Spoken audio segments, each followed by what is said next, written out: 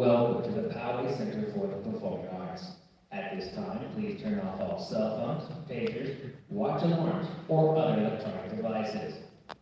To ensure a safe exit in the event of emergency, please take this moment to locate the exits near you, while noting that the elevator will not operate during evacuation. Once again, thank you for joining us here at the Poway Center for the Performing Arts, and enjoy today's event. Okay, good evening. Thank you so much for being here tonight. My name is Jara Smith. I am a school counselor here at Poway High. On behalf of Poway and Rancho Bernardo High, we're so excited to welcome all of you to Financial Aid Night. I just have a few quick business items, so please make sure that you are wearing your mask for the entire evening. If you do need a restroom, they're just right up the stairs to the left in the lobby. And please feel free to take notes throughout the presentation, but we will ask that you hold all of your questions till the end, and we'll make sure we get to everyone's questions at that time. And then we are going to record the presentation as well, so if you have any friends or family that can be here this evening, or maybe you want to reference it again and rewatch it, we will post it on the Poway High website and also on the Rancho Bernardo website for students and parents to access. So with that said, we are so privileged and honored to have Palomar College here to present to you this evening. So if you'd like to give a big Titan Bronco welcome to our speaker, Patty Serafine.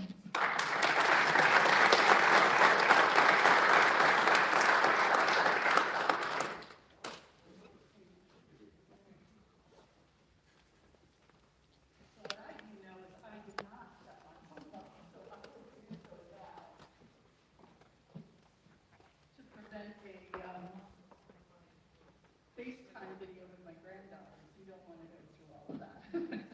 All righty. Thank you so much for coming this evening. I'm Patty Serafine. I am from Palomar College. I've been at Palomar College for 14 years now. Prior to Palomar College, I worked at Rancho Buena Vista High School in their counseling department as a career technician. So I've been in the high school setting for 7 years, also going through this process with parents, as well as now being a financial aid advisor at the college level, as well as I've had 2 children go through the systems, as well as they both went through the Cal State systems. And so I'm very excited to be here in person. This is my first in-person event in 18 months. We at Palomar are still not working on campus, so I'm still working from home. And we have a handful of classes that are face-to-face, but most of our classes are still online. So for those of you guys here at the high school and the K-12 systems are in person, kudos to you. I know it's kind of having to get around this new way of living is very slippery sometimes. But thank you so much for having me. So now the presentation is really designed a lot, it's going to say Palomar a lot, but a lot of places when we talk about Palomar, I will also interject things about the university system and some private schools and what you will be able to utilize the information here. Financial aid is financial aid. No matter where you go, the community college, a four-year college, a private college, you're still going to do the same application. The results of the application based on what you put in it is going to be the same no matter where you go. And it's just how much does that institution cost and where are you best going to be able to utilize your financial aid or be able to know that you might have to take some money out of pocket from the education. So right now we are in the, this particular year is called the 21-22 financial aid year. And I believe the majority of you or your students are going to be applying for the FAFSA starting in October. And it will be, which is just around the corner, right? And that will be for the 22-23 FAFSA is what you will be doing if you're entering college in fall of 2022. So this is just going to be a little roadmap to take you through what we're going to be talking about tonight. I'm going to be helping you define what is financial aid,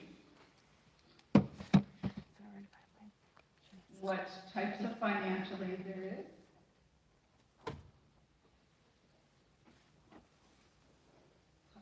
what the application is, the FAFSA or the DREAM Act application, how much will I receive, what are special circumstances that might apply that could change the outcome of your application, what is satisfactory academic progress. We'll just go over that briefly. Most of you are all starting as first-time freshmen, and you will have no previous or prior grades, so you won't really, it's just about keeping your grades up. And then I am going to talk a little bit and use this platform self-promotingly and tell you about our Palomar Promise program. And then we will have some final questions. So what is financial aid? Financial aid is any form of aid. I'm sorry, I'm going to just take this off because I keep turning my head and I don't know if you guys can hear me. All right, so financial aid is any form of funding that helps students and their families pay for college. So what are you paying for? It's tuition and fees, room and board, books and supplies, and transportation. That really is what encompasses a budget that you're going to need to have for going to college. It provides opportunity and access to college, and it bridges the gap. So financial aid isn't going to be like, well, I'm going to get my entire, unless you get a full ride somewhere, going through the financial aid process is not necessarily going to pay for your entire college, unless you're also eligible for lots of different like scholarships and grants, etc., that might not be through the FAFSA application. So the types of financial aid that you're going to hear about is going to be gift aid and self-help aid. So let's explain what gift aid is. Gift aid is either grants, that's free money that doesn't have to be paid back, or scholarships. Those are what typically people apply for, and it's a one-time funding of a scholarship, and that's also considered gift aid. And the second part is called self-help aid, and that means you're either going to borrow it and pay it back, which is a student loan, or you're going to work for it and do federal work study. And different types of aids are provided through different sources. So your sources of aid is the federal government, the state government, the college that you go to, or your scholarship donors, which could be community organizations. Even your high school may have some scholarships that you'll be eligible for. So let's talk about grants. When I say grants, anytime during your financial aid process, if you see that you're getting grants, that's the best thing you can get. A grant is free money that never has to be paid back. And you can get grants that are, and they're all usually basically awarded on a financial need. And then the grants come in the form of federal Pell Grants. You might have heard of federal Pell Grants. And those change, that amount changes yearly based on the federal government's budget of what they put into financial aid. And this year for the 21-22, the maximum amount of a federal Pell Grant for the entire year, fall and spring, that a student would receive is $6,495. Now, that is a student who has a zero expected family contribution, and we'll talk about that later in the slide presentation, and is enrolled in 12 or more units. That's the maximum amount a student can get in the federal Pell Grant. So you can look at that number right there, and I know you guys are already eyeing the dollar amounts of what the college is going to cost. For a year, $6,000 doesn't go very far, but that would be the maximum amount of your federal Pell Grant. Also through the federal government is what we call FSEOG. It's a Supplemental Education Opportunity Grant, and it is also typically financial need-based. State grants, and I'm sure most of you have all heard of the Cal Grant program, and we'll talk about the Cal Grant program in detail a little bit later. But the Cal Grant program is one of the grant programs that's offered by California. Now, we also have the California College Promise Grant. Don't get that confused with the Promise program, but a Promise Grant is just a fee waiver. Now, that's at the community college level all over the state. In addition, the state offers for the universities of the Cal States or the UCs, they offer also what they call a university grant. In addition, at the community college, you're eligible for Cal Grant B or C, but at the four-year college, you're eligible for a Cal Grant A. And those are the different types of Cal Grants. Different Cal Grants also have different dollar amounts to them. In addition, you must be enrolled in 6 units or more for a Cal Grant, and anything less than 6 units, a student is not eligible, even if they were, when they applied, they were eligible based on their GPA and their income. And then if you are going to be on a fast track, there's a it's called the SSCG, Student Success Completion Grant, and those are for students that are enrolled in 12 or 15 units. Scholarships. Now, I'm sure if you talk to your counselors here, or at either Poway or at RB, that you have in your counseling and career centers that scholarships that some of the community organizations have asked them to look for recipients, or that you may have, your parents may have scholarship opportunities at their place of employment, as well as the colleges that you're going to be applying to. Always check their website, and they may have some scholarships based on the college or based on the department that you're going to be applying for. So scholarships are basically, that again is free money. Scholarships doesn't have to be paid back, and scholarships are usually a one-time funding. And it can be based on GPA, it could be based on your religion, it could be based on your ethnicity, it could be based on community service, it could be based on anything athletic. There's all different kinds of categories that a scholarship may be looking for recipients. Now, Palomar, we offer a main scholarship every year that has like 200 scholarships under the one application. So that's why you want to look at the colleges that you're applying to and see if they have a common application for scholarships at the institution that you're applying to. And here are just some of the websites that we encourage students to log into and create accounts, and they can send, based on a profile that you create, they can send scholarships that might meet your needs. And remember again, it's free money that doesn't have to be paid back. Work study. Work study is, so on your FAFSA application, there's going to be a question, and it's going to say, are you interested in work study? Now, in some colleges, if you check that you are interested in work study, they will put work study in your award letter. And we'll talk about what an award letter is also. But they can put work study in your award letter. And work study means that you're going to get a job on campus at the college you're attending, and that they're going to pay you, more than likely it's monthly, for doing a job on campus. So if somebody said, if you were like, well, I'm going to have to do a part-time job to be able to make ends meet, you really would like to look into federal work study first, because federal work study is going to be right on your campus. It is also going to be probably in one of the departments that you're interested in studying. And then what's really great about federal work study is they will work your hours around your class schedule. But if you're going to go get a job at the grocery store or the drugstore or a restaurant waiting tables or whatever your job is going to be, and you say, oh, well, you know, my professor is having some sort of a class tonight and don't put me on the schedule, that's not going to go over so good when you're in a job that's not related to your school. So federal work study is a great source of funds, and I would highly encourage. And if you end up getting it in your award package and working doesn't fit into your schedule, you don't have to accept it. So you can always say yes, get it added into your award package, and if it doesn't work out, you can decline it. It's not something you have to take.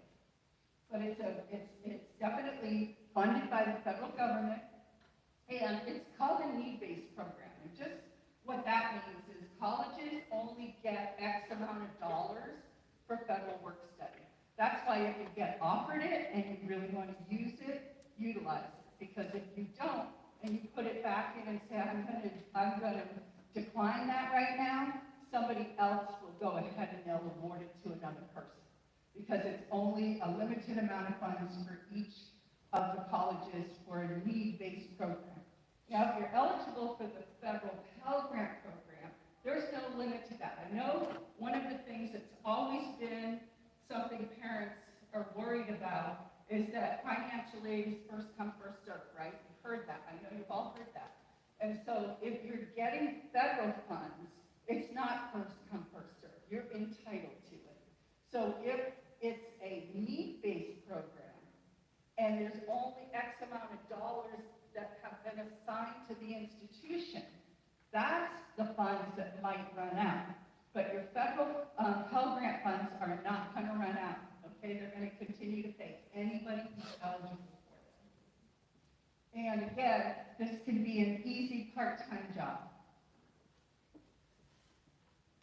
Okay, student loans. And in some cases, you may not get through college without having to take a student loan. And student loans may be for you, the student, or also in some cases, parents can apply for a parent loan. And it depends on the cost of your tuition, exactly how much you're going to need to borrow. And so it's going to help you cover your education, but you have to repay a student loan. And if you take a student loan from one college, and then you turn around and you stop going to college, and within 6 months you don't start your repayment plan, you go into default of that. And you think, oh, well, I need to go back to college, and I'm going to go somewhere else. They won't know I'm in default. Well, we know, because we're all connected to the same resources from the federal government of people that are in default or have student loans or how much you have borrowed in student loans, even the same with federal Pell Grant funds.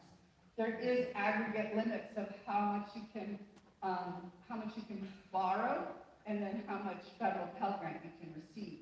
Federal Pell Grant, you can go for 6 years full-time before you run out of your federal Pell Grant funds. So hopefully you'll have whatever degree you're pursuing done within 6 years. And so there's a subsidized loan, and the interest is paid by the Department of Ed while you're enrolled. And there is an unsub loan. Interest begins accruing as soon as you start taking the loan. And then first-year borrowers can borrow up to $3,500 in the subsidized and $2,000 in the unsub. And then there's the Parent Plus loan, which has different limits to it as well. Currently, the interest is 3.73% for the direct loans. And again, that changes every year, it fluctuates. But that's a pretty good interest rate rather than going to private lenders. But again, just a reminder, only borrow what you need, because try not to get in too much debt while you're going to school, because we don't want you to spend the rest of your life working to pay back your student loans. Are you parents shaking your head because that's what's happening to you, like you're still paying student loans, right? All right. There's been some forgiveness programs, and you better look into those, okay? So what are you applying? So the application, you've heard of it. It's called FAFSA. It stands for the Free Application for Federal Student Aid. So there's 2 different ways to apply. You're either going to use a FAFSA or you're going to do the DREAM Act. For students who have a Social Security number and you're a U.S. citizen, a permanent resident, or other eligible non-citizen, you are using a FAFSA application. For a student that is a DACA student or an AB 540 student who does not have a Social Security number, will be applying to the California DREAM Act. The state of California, the federal government has not recognized our DREAMer students as far as federal aid, but our state of California does recognize and does award Cal Grants and fee waivers to our DREAMer students. So that would be FAFSA or DREAM Act. You're going to do one of those applications. All right, and here's our video, gentlemen.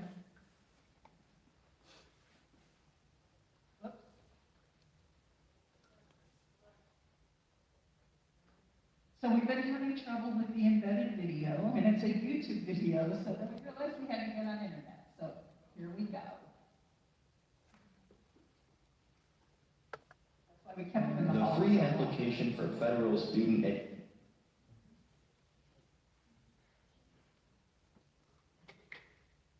The free application for federal student aid, or FAFSA, is the application for grants, loans, and work-study funds provided by the federal government. It is also used by many states and schools for their financial aid programs. For the fastest and easiest way to apply, visit our official website, fafsa.gov. The FAFSA is available in English and Spanish.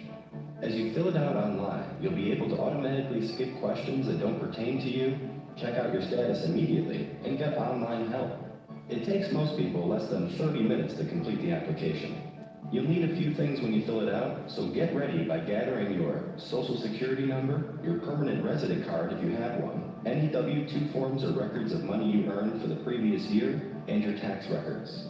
By the way, a nice time-saving feature of the FAFSA is that many people are eligible to automatically transfer their tax data from the IRS into the FAFSA, so keep an eye out while you're applying in case you're offered that option.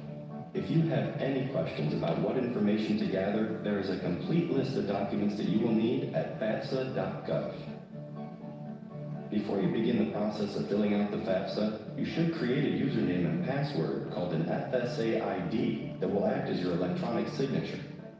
You'll only need to create an FSA ID once, and you can use it to renew your FAFSA each year that you apply. Your parents will need an FSA ID too if they have to provide any information. So now you're ready to begin filling out the FAFSA to apply for financial aid. There are 3 groups of questions that include personal information, such as your name, address, and marital status, financial information, such as your income, and any parent information that is required.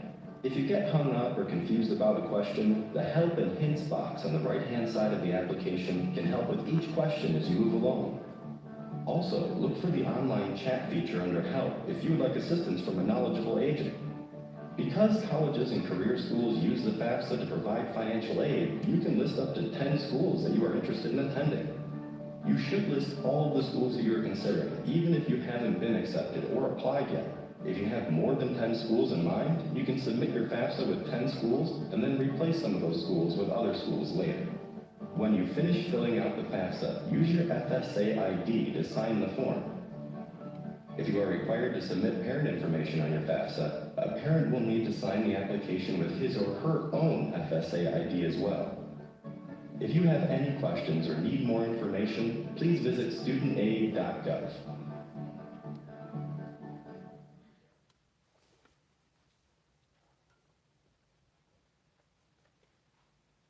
The slide's just gonna run out.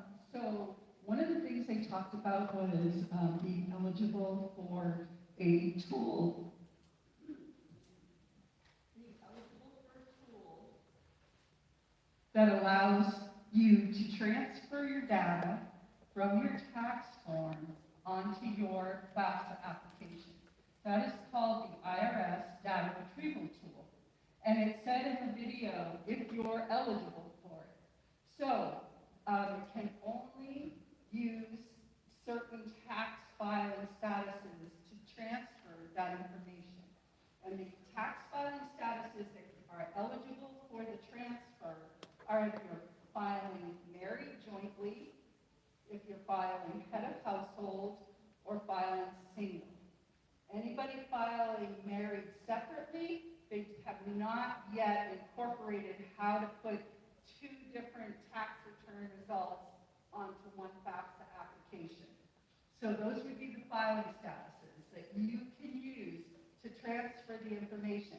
I highly encourage you to use the IRS data retrieval tool, because sometimes when you're trying to navigate your way through your tax form and find the right line item to put on the right line in the FAFSA, if you make a mistake, it could result in having a very high expected family contribution, or it could have resulted in a low family contribution, and then the college is expecting you to do a verification process, which means they are going to look at, you're going to have to turn those taxes in, and they're going to look at it and possibly make a correction that changes the outcome.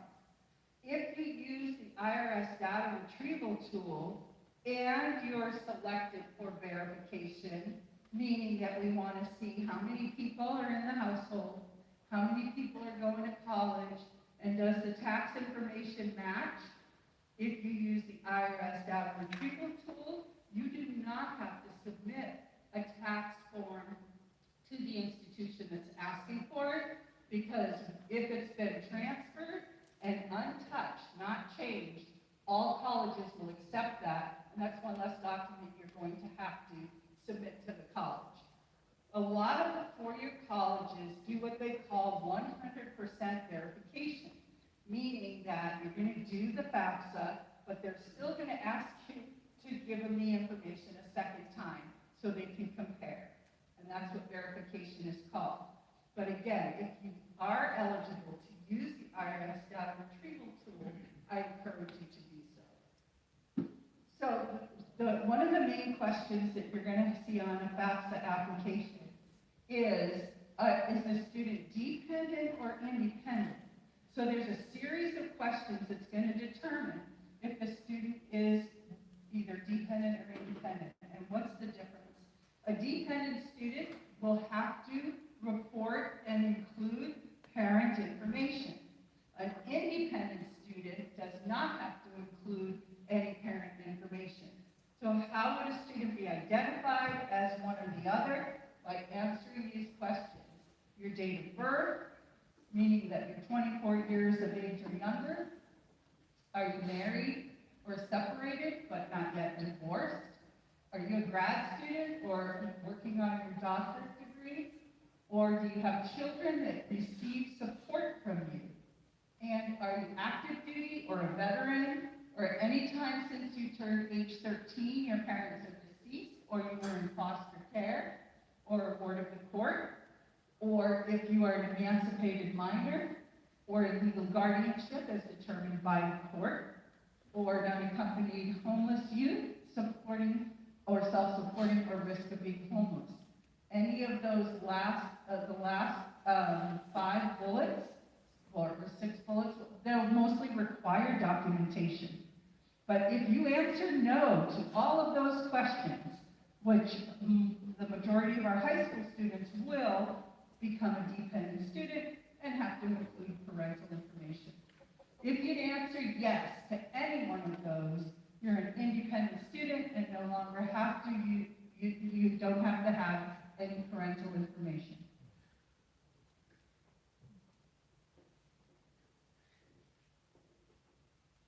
Some of the common FAFSA errors that I'd like to remind you of is not providing signatures on the FAFSA, so that's very important. Remember in the video it said that a student will create an FSA user ID. You have a name and your user ID and a password, and a parent has to do the same. That FSA user ID, if it's not compromised, can be used for the life of you filling out a FAFSA application, because you have to fill out a FAFSA every year. Same with the parent. You're going to create an FSA user ID and password. Now, if you're a parent that has multiple children in college, your FSA user ID will work on multiple applications as the parent's signature. So you will only need one FSA user ID for the life of the time that your children are in school. Now, if you are a student that has a social security number and you created an FSA user ID and password, you can sign your FAFSA electronically. But if your parents do not have a social security number, but you're still FAFSA eligible because you do, your parents will then have to print out the signature page, sign it, and submit it. Because without a social security number, you cannot create an FSA user ID and password. But you can still be a student with a social security number, you still fill out the FAFSA, your parent will just sign and submit. Now, duplicating information income happens a lot of times. So there's 2 whole sections sections on income. One section's for the student and one section's for the parent. One common error is the parent's income gets duplicated in the student section and in the parent section. Well, what would the results of that be? It would look like you have double the income and your expected family contribution is going to be much higher. So be careful of what you're putting. There's two separate income sections, one's for the student and one's for the parent. Again, incorrect personal or parent information. We're looking at, did you put down the right social security number, the right date of birth? And because these applications go through agency checks, and what do I mean by that? Every application, after you complete it, if you don't get your student aid report, it'll talk about the student aid report in the next video. You won't get a student aid report until a few days after, because the FAFSA goes through agency checks. Once you've completed it, they check with Social Security that it's a match. They check with Department of Homeland Security to make sure you're an appropriate citizen. They check with the Veterans Affairs to see if you're a veteran or active duty. They also check with what we call NSLDS to see if you're in default of any student loans. So those are some of the agency checks that they'll go through. So you want to make sure you don't put any incorrect data, because that will slow down the process. The FAFSA will then be rejected and you'll have to go back and make corrections. Not providing parents information, if you're a dependent student, you will be required to provide parent information. So if you're trying to skip that part, it's going to make you, it's going to be a rejected FAFSA that says it doesn't have the parent information and it's identifying you as a dependent student. Now, there are some other situations that we're going to talk about, special circumstance, where a student might be able to bypass the parent information, but in most cases you cannot. So, you have to understand, if you are living with your biological parents, then the biological parents, that's who's going on your FAFSA. If your parents are divorced or separated, and they are living separately, the parent that you're going to use on your FAFSA is the one you live with the most. All right, so think about that. And I know there's going to be situations where people are going to say it's 50-50 right down the line. So it's usually who spends more financial support than the other parent. If the parent is remarried, so your parents are divorced, they're living in separate households, you're living with this parent, parent A here, parent A is remarried, you are now going to be including the parent you live with and your step-parent's income. So you must combine the two incomes if you have a step-parent in the house of the parent that you're using on the FAFSA.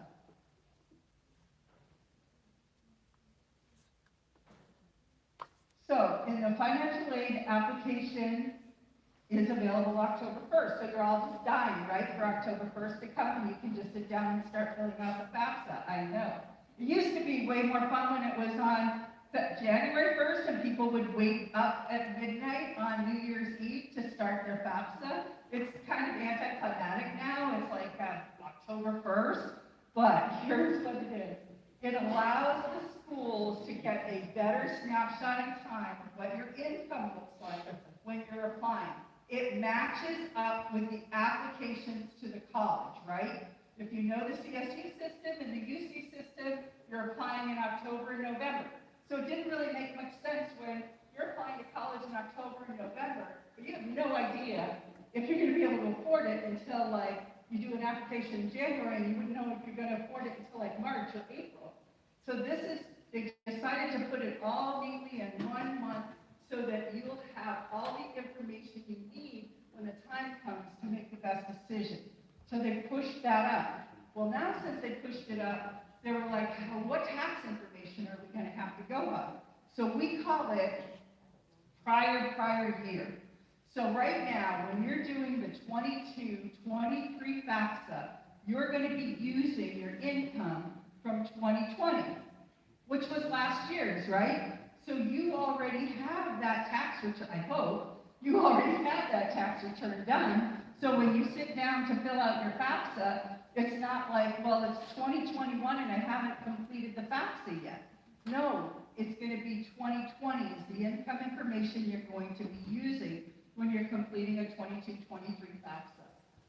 And so, like I said, the FAFSA, the FSA user ID is required for both parents to be able to submit, both the student and the parent to submit electronically, but a parent without a social can sign the signature page and send it in.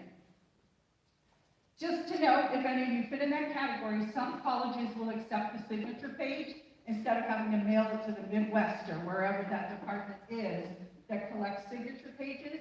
I know, for example, at Palomar, if we have students that need to have their parents do a signature page, we accept them at Palomar and then we go into the database and make the correction. So you might check with your university or college you're going to see if they would accept the signature page if you fall in that category. And again, I just explained the 22-23 aid year, you're reporting 2020 taxes. And there's been some updates this year. So the federal government decided that they want to simplify the process. We've made it really, over the years, it was hard, right? Do a FAFSA, people are like, it was too cumbersome, it was too hard. They weren't putting the right information down. And just like, you know, now they have help buttons and they are trying to simplify it so that we can get people federal aid to school to become eventually contributing members to society. I mean, there's a whole reason that this is all lined up and set up like this. But we've been putting barriers on people all the time. We keep putting roadblocks up, not letting people get through the process. So one of the things that the FAFSA did this year to simplify it is, it used to be if a male did not register for selective service at the time you completed your FAFSA. Now, I'm not saying selective service registration is no longer required. You did not hear that from me. It is required in your life, but not to do a FAFSA application. So I just want to make that perfectly clear that if you have not completed your registration, this is for males ages 18 to 26. If you have not completed your registration at the time you complete your FAFSA, the FAFSA will still go through. We used to have to stop everything. You couldn't give financial aid until they turned in their registration cards. So that's no longer going to be a barrier. As well as there was a drug conviction while receiving federal aid, that's no longer being affecting anybody being eligible for financial aid, but you still have to do those things, okay? All right, so here's a little bit about the California DREAM Act. So this is to help qualify undocumented students to be able to be eligible for some state funds and institutional funds.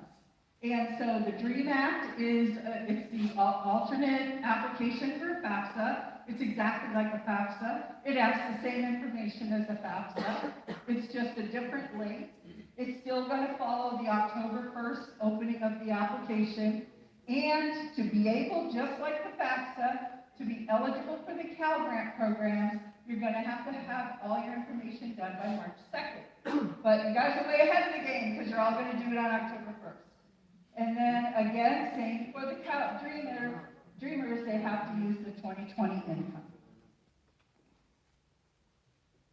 And some of the requirements for students to be eligible for the DREAM Act is AB 540. It exempts students from paying non-resident tuition fees.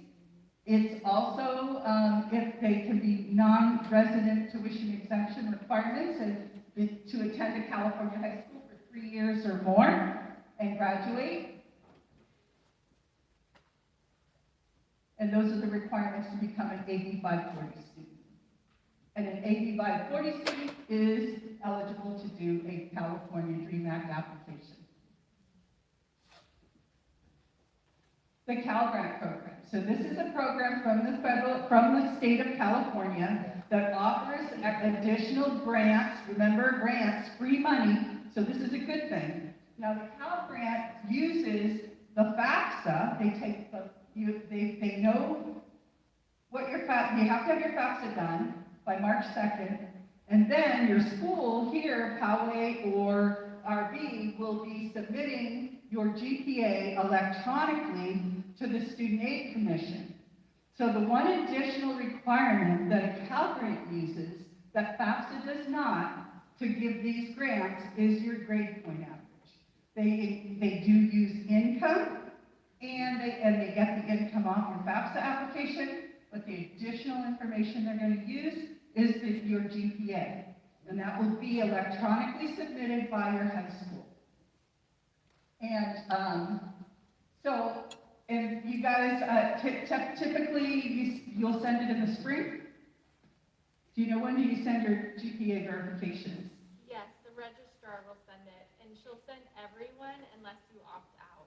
Okay, so you'll talk to your counselor about that. Everyone gets their GPA sent unless you opt out of that. So, and your school will use your social security number to get your FAFSA information and use the GPA from your registrar's office.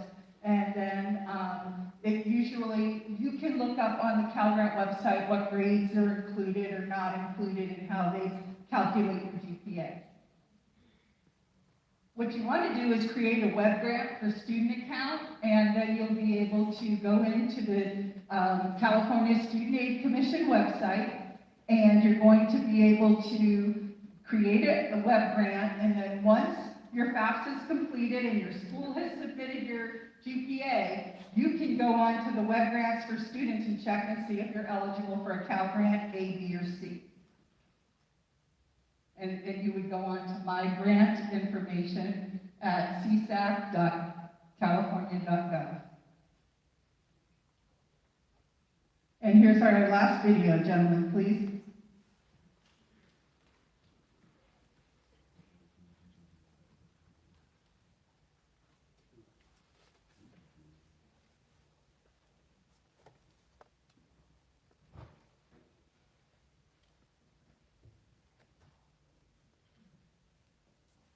So, you filled out the FAFSA. Now what? The information you submitted will be processed by the U.S. Department of Education's Office of Federal Student Aid, and the colleges or career schools you listed will be notified so they can begin their process of awarding aid.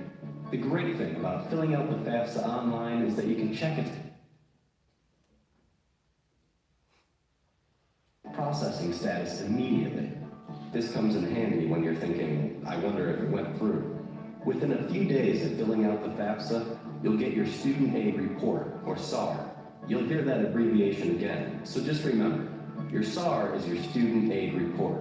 Basically, it summarizes all the information you submitted on the FAFSA.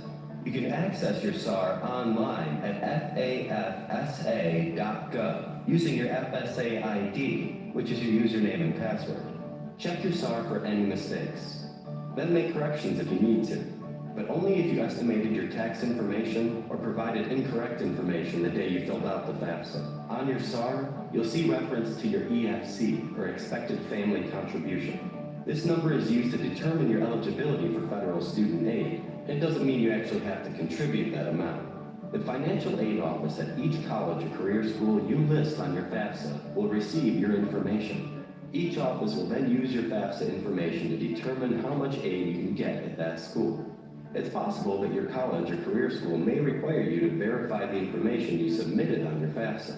If that happens, your school will tell you what you need to do. Once you're accepted into a college or career school, you'll get an award letter from the school's financial aid office that explains the aid being offered to you. We recommend comparing award letters from multiple schools. That way you can make the best decision for your situation. If you have any questions about your financial aid offer, contact the school's financial aid office. If your aid offer includes a federal loan and you're a first-time borrower, there are a few more steps before you get your loan. You'll need to complete entrance counseling and sign the Master Promissory Note, or MPN, which is your agreement to pay back the loan. Your school will provide you with the necessary information. So how do you get your money? Well, usually your grants and loans will be applied to tuition fees and other charges on your student account first. Then any leftover money is paid to you. Work-study funds are earned throughout the term. Remember, filling out the FAFSA is not a one-time thing. You must complete it every year you attend school. If you have questions or need more information, please visit studentaid.gov.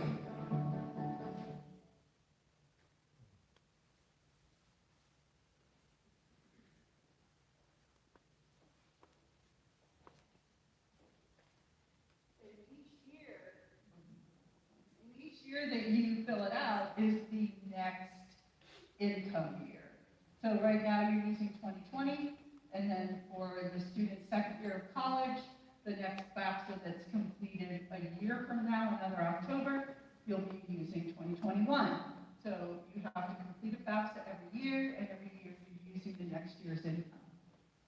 So again, how much will they receive? It's going to be those award letters that I spoke about and we talked about here. Now, a lot of these slides I'm going to show you right now come from our student portal for Palomar, and but every college that you go to, the students are going to have their own student portal, and they're going to have their own student center page, a page where all their information will be housed. And so even though it may not look like Palomar's, it will probably have all the same information on it. So we're just going to step you through what it would look like if somebody using a program like the program that we use, and that would show us what your student aid would look like. And then everybody will get your award letters. Usually they show them in envelopes. More than likely you're not getting a paper award letter. Some colleges still may do that. More than likely your award letter is coming in an email. And that's what we will be, or they'll email you and say, we've got your FAFSA and we're going to award you, and then you go log into the student portal. Now the trick is, for the universities, again, you have maybe 5 applications out, you're waiting for award letter, you're waiting for your acceptance letters, while you're also looking at your award letters. And in some cases, those award letters can help you make a decision about where you want to go and how much is going to be out of pocket, or what school might be able to offer you more federal aid or more different types of grants or scholarships. So you're going to get an email saying when your FAFSA is processed, and that doesn't necessarily mean everything's over. You heard when they talked in the video about verification. The school may be asking you to verify more information. I spoke about that earlier. So once they get the FAFSA, if they're asking you to do verification, they'll tell you what documents they're going to be needing you to submit. And then we will determine, the colleges will then determine how much financial aid eligibility you're going to have. So at Palomar, we call it My Palomar, and we look at the students who log into their portal, and then it will give them a student center page, and then whatever college you go to is going to have something like this. And we're going to look at each of these boxes individually. So at Palomar, we have what they call a to-do list. So this student was chosen for verification. So now they're going to have to click on the details, and it's going to tell the student what documents they're going to need to submit or how to submit. A lot of the colleges are even accepting all of the documentation electronically now, and everything's being uploaded and submitted that way. People aren't really going into the colleges and handing paper, but in some cases you may, but a lot of it will be electronic. So this student also had some, if they have any questions, there was some links on how to get to the FAFSA and any other financial aid links, direct loan, exit counseling for this student.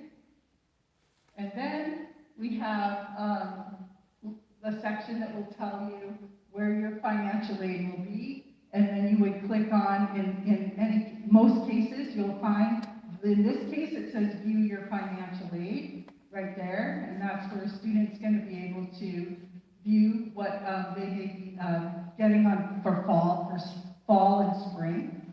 And then also, in some cases, we are offering additional grant money that the federal government's giving us, and students can apply for that.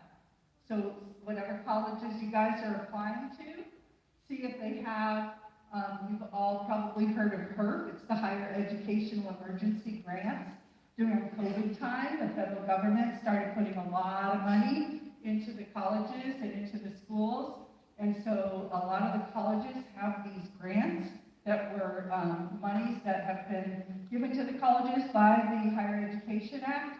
And so make sure if there's any of those available wherever you're going. And I'm hoping that we're not going to be in a pandemic situation for years to come, but I'm not sure how long. So if it's still continuing on next year, make sure you utilize all the resources that you can.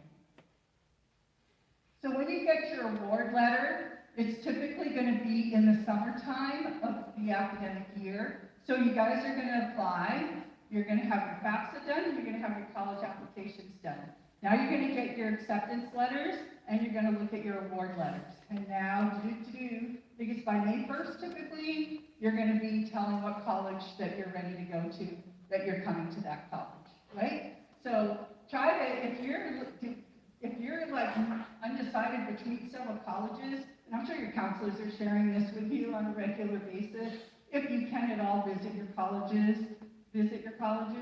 they can make the decision for you just by stepping on campus.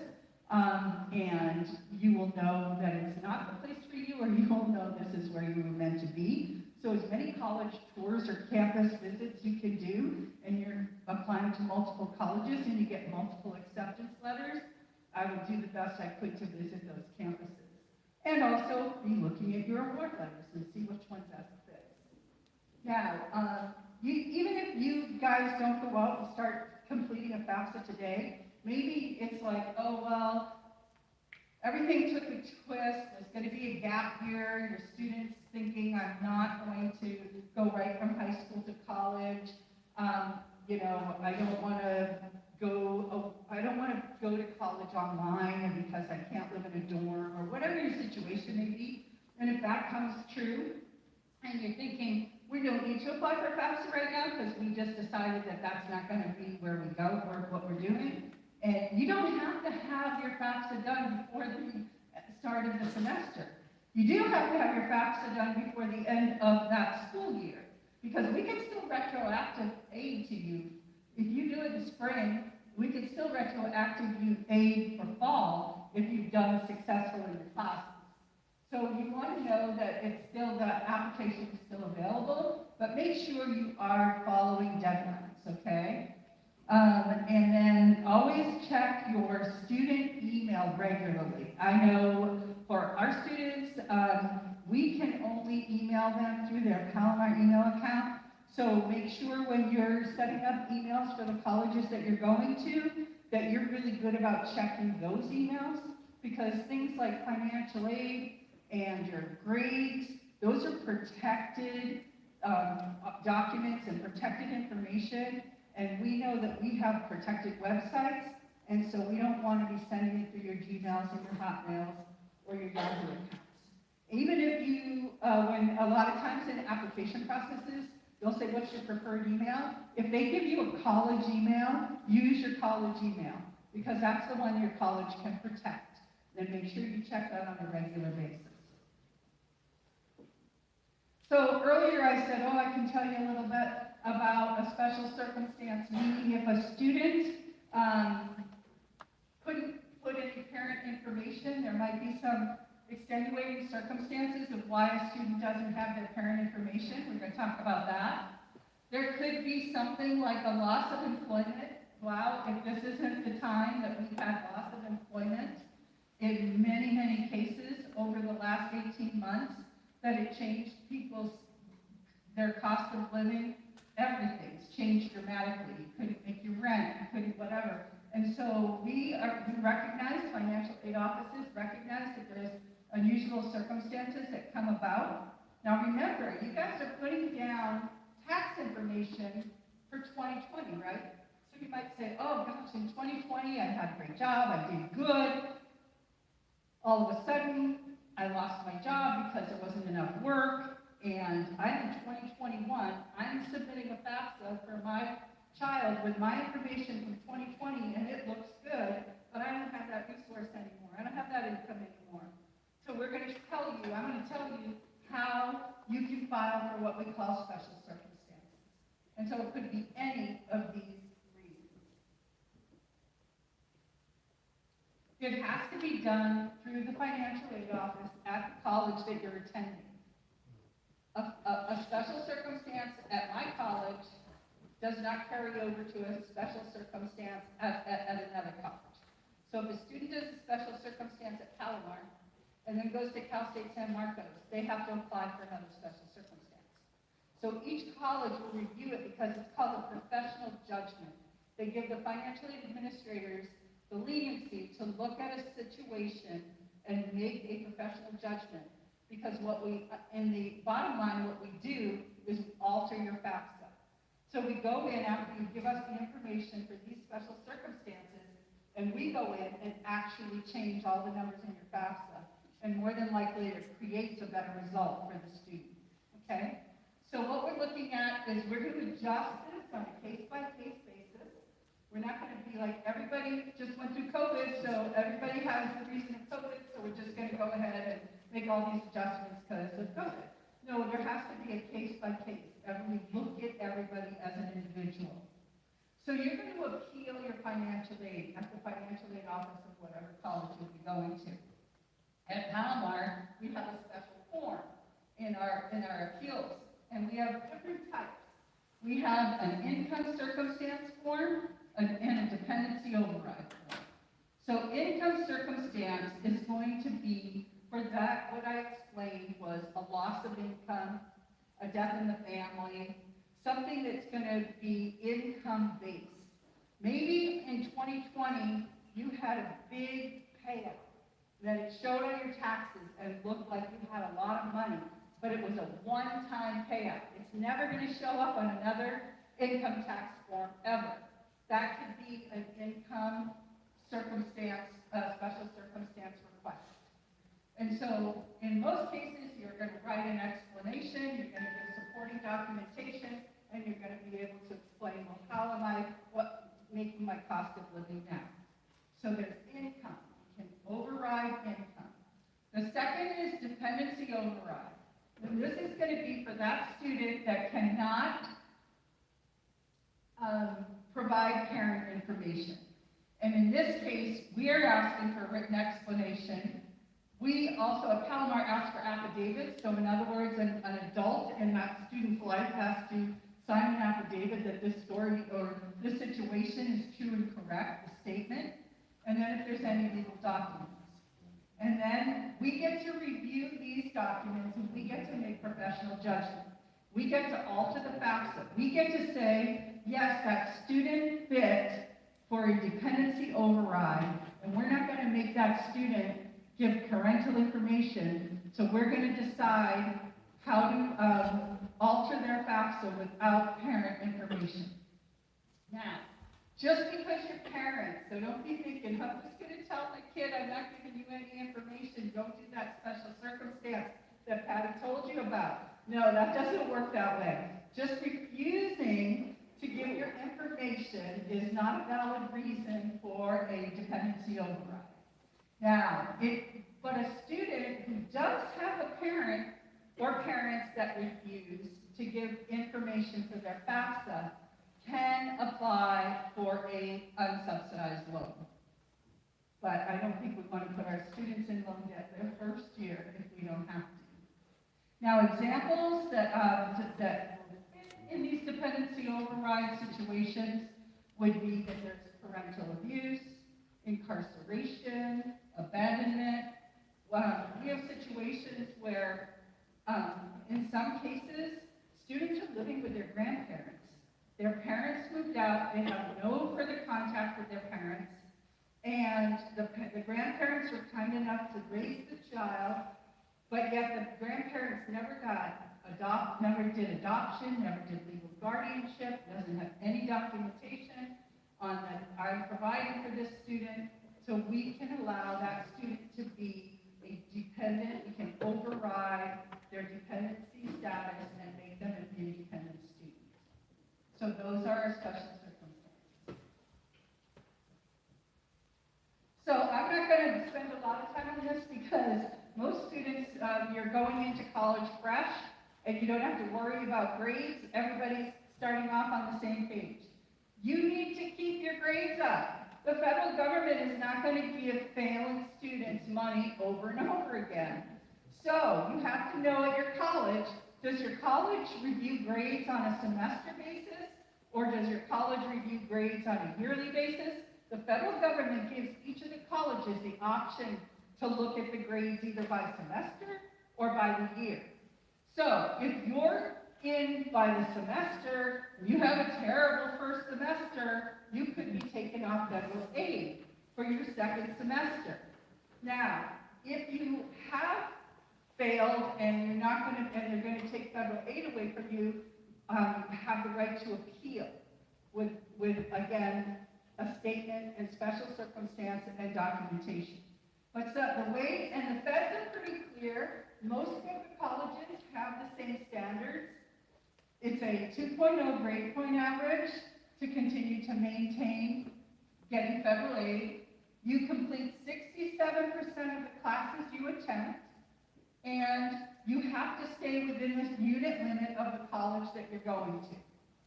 Some of the student colleges are given a little flexibility on what they use for their unit limit, but we're not going to continue to pay students federal aid for like 3 programs, like 3 degrees. It doesn't work that way.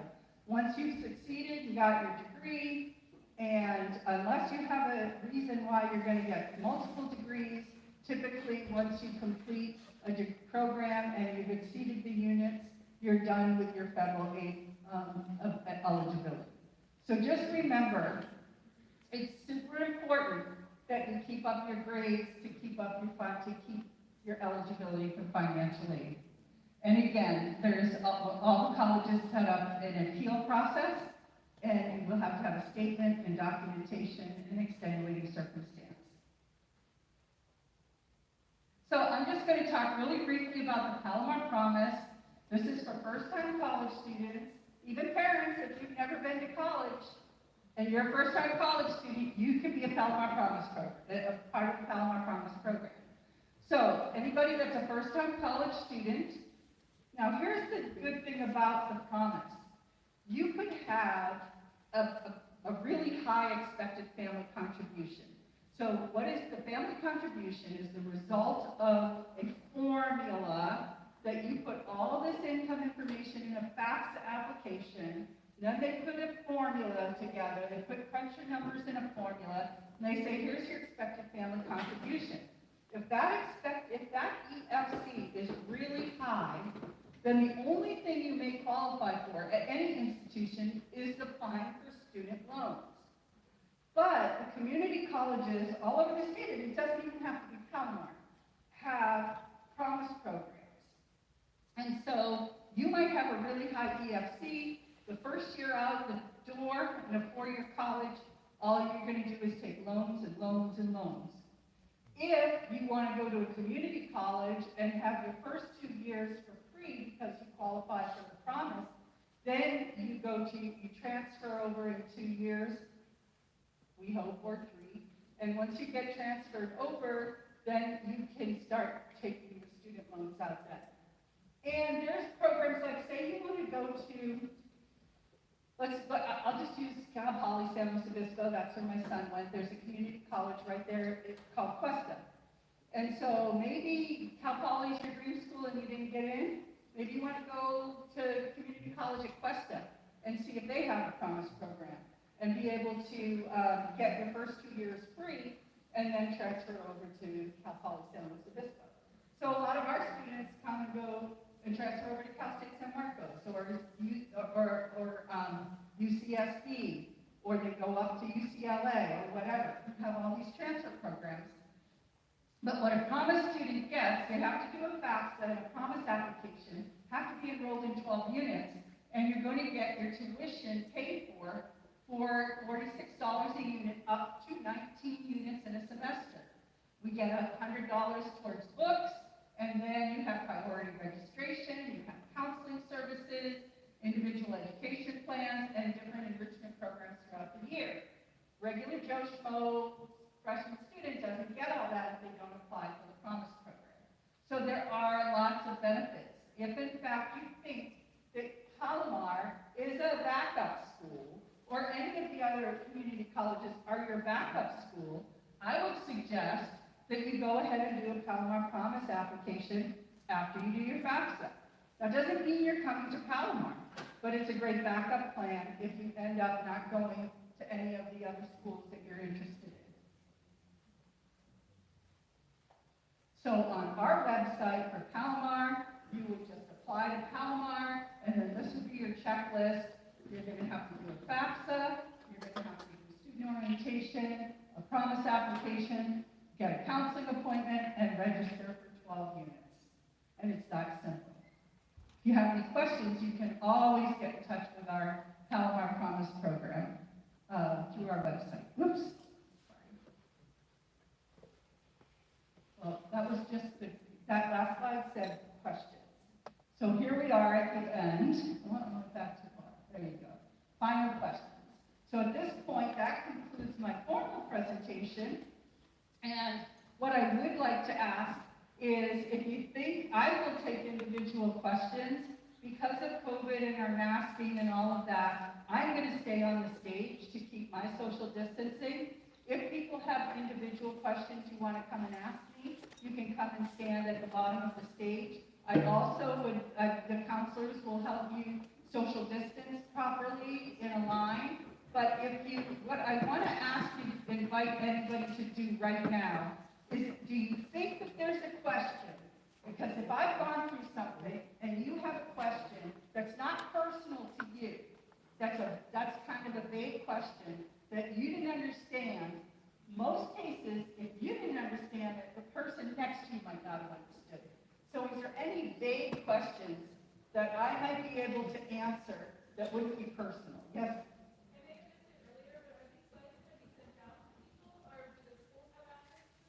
Yes, we're recording this presentation and then we'll have it posted on the website. Did you hear that? They're recording this presentation and we'll post it on the website. Yes. Anybody else that have a question that might be helpful to everybody? If a parent had an FSA user ID when they were a student, will that then, remember use that? Yes. If you already have established an FSA ID, even if it was while you were a student, you can still utilize that. If you don't remember it, you may have to reset the password. Yes. Over here? You had mentioned you qualify for the Promise program with these steps, but how do you qualify? What are the qualifications in order to do the Promise program? How do you qualify for the Promise program? What does that mean to qualify? Oh, you do a FAFSA, you have to have a Palomar ID, do a FAFSA application, and do a Palomar Promise application, which is on our Palomar Promise So website. it's not financially based, like what are the criteria to be approved? Correct. If you guys made $1 million, you can still come to Palomar for free because it's not income-based at all. Thank you for clarifying that. Anybody else? A general question that may be for everybody. One more? Yes, sir. My question for you is about the transfer admission guarantee. It's something we utilize, and I think it's a really interesting thing to talk about for people that are considering Palomar College. Great, thank you very much. Love the promotion. I'm not a financial aid counselor, I am a financial aid advisor. I'm not an academic counselor, but I will share what he spoke to, is we have an amazing transfer program at Palomar that you would work with our counseling department and our transfer office, and they have plans, right, set up. And this plan matches into a college that you may be interested in going to. The Cal States or the UCs have transfer admission guarantee. Now, you have to meet certain criteria, certain grade point average. The more competitive the college you want to transfer to, the higher the GPA you're going to have.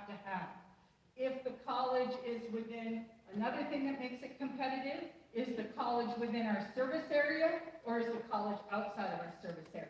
But we have an amazing transfer center at Palomar that will let you come, go be a Palomar Promise student for 2 years, turn around, transfer to the university or your dream school, and then just have to pay the next, your final 2 years with either your financial aid or student loans. Anybody else? Thank you for sharing that. Yes, ma'am.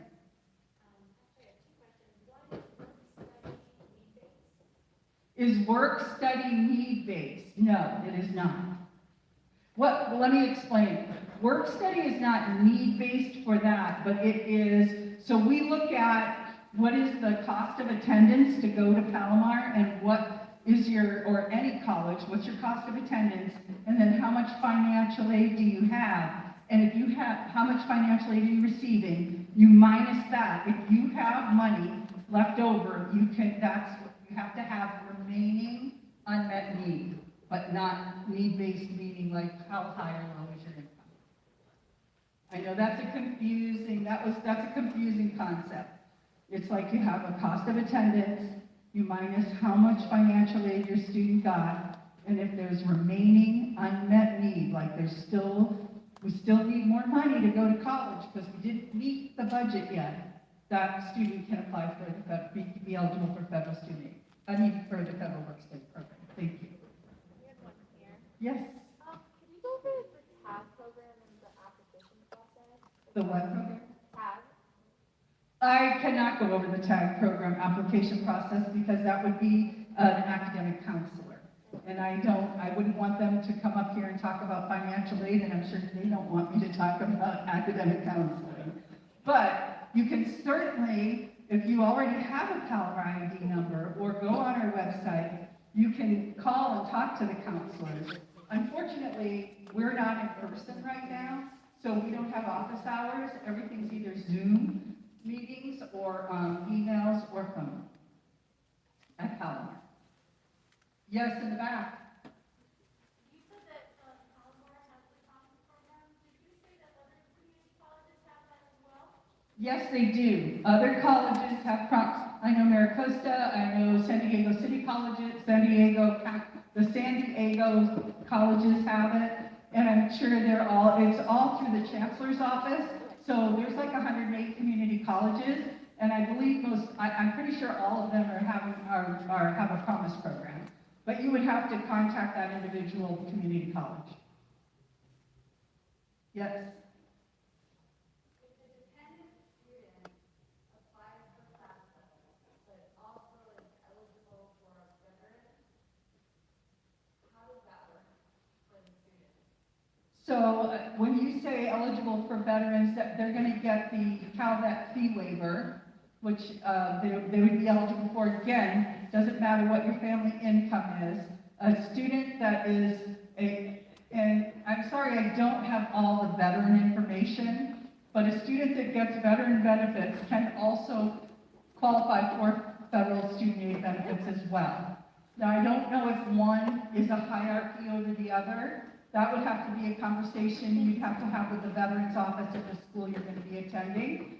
And we have a Veterans Office at Palomar. If you're interested in contacting them, they might be able to step you through that process. Anybody else? And again, I will take individual questions, but I want to make sure I meet the needs of everybody before we say goodnight. All right, if there's no other questions, I thank you all for listening and enduring and being patient. And thank you very much.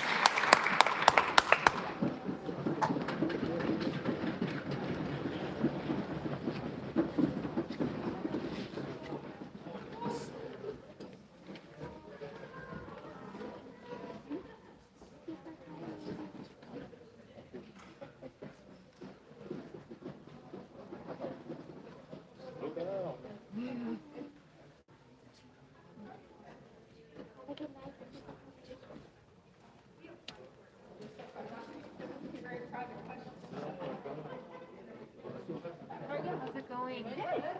Like ready to fall asleep. Thank you.